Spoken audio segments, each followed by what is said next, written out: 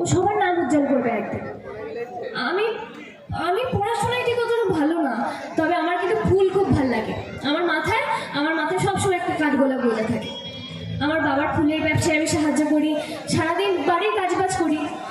আমি রাত্রিবেলা বসে অনেক পড়াশোনাও করি, কিন্তু আমার মাথায় না কোনো মতো ঢোকে না। মাধ্যমিকে তো একেবারে দুটো গাড্ডাই খেয়ে গেছি, কিন্তু তাও পাশ করে গেছি তিনবারের বার।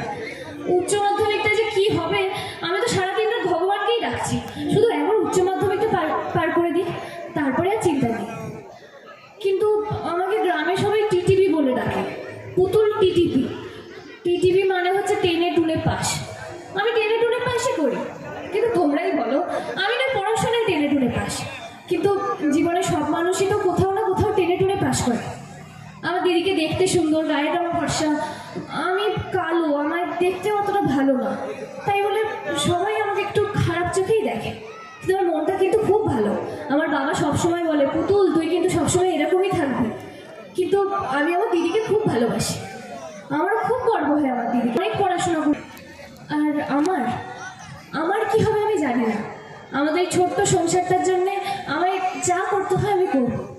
পড়াশোনাটা পারি না ঠিকই, এই নিয়ে তিনবার খেলাম।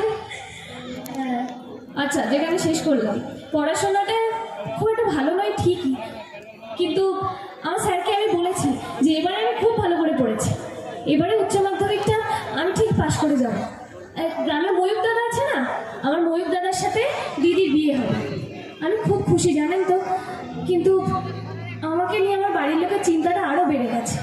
আমায় কোথায় বিয়ে দেবে, আমার মতো একজনকে কে বিয়ে করবে, এই নিয়ে খুব চাপ। কিন্তু আমি না অত ভাবি না, আমি ওই ফুলের কাজ করি, চাষ করি, বাবাকে সাহায্য করি, এতেই আমি কিন্তু বেশ খুশি। পারি না তো কি হয়েছে, পারি না বলে কি নিজেকে ছোট ভাববো বলো?